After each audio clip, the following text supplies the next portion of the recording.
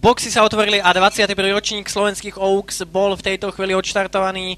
Z tohoto čelného pohľadu sa to ťažšie identifikuje, ale z vonkajšieho boxu Dangia si to zamerala na čelo dostihov, takže je to Dangia, pri bariére vidíme Mikamin, ale je tam s desiatkou Dangia, za ňou je to teda na druhom mieste Mikamin, Nidara sa dobre drží, Tojana takisto a Nightsweet na 5. priečke, za nimi je to Sapsire a favoritky zatiaľ v tých zadnejších pozíciách. Je to teda Dangia, ktorá priviedla kobily do oblúka pri jazdeckých oddieloch. Dangia, Mikamin, Tojana spolu s Nidarou, Nightsweet, Leipersi teraz na 6. pozícii.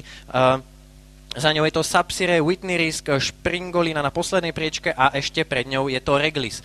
Kobily vybiehajú na protiľahlú stenu, 1200 metrov zostáva do cieľa a naťahuje to stále Dangia, ktorá sa vypracovala 2 dĺžky náskoku pred zvyškom pola. Ten je vedený Mikamin, je tam Tojana, Nidara, Nightsweet za nimi, Leipersi v strede pola, je tam Sapsire, Whitney Risk, Reglis a na poslednej priečke Springolina. Celkom pekne nám to odsýpa zhruba 900 metrov do cieľa a naťahuje to stále Dangia s tienidlami. Dangia na prvej priečke 800 metrov pred páskou už sa bude točiť do oblúka pod výpadovkou a je to stále Dangia s jokejom Jánom Havlíkom.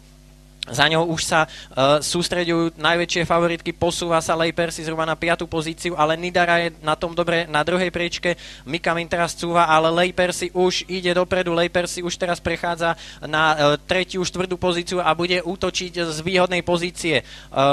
Je to však stále Dangia, ktorá odoláva, ale už teraz cez ňu pôjdu ďalšie kobily Nidara a Leipersi už je vpredu. Leipersi rozbaluje svoj speed a dostáva sa dopredu. Leipersi a Vendula Korečková už sú na prvej pozícii, Nidara už nebude stačiť, takisto Tojana, je to Leipersi. Leipersi je víťazkou Oaks a získava aj 3 korunu pre kobily, takže Leipersi, Mikamin sa tam ešte celkom...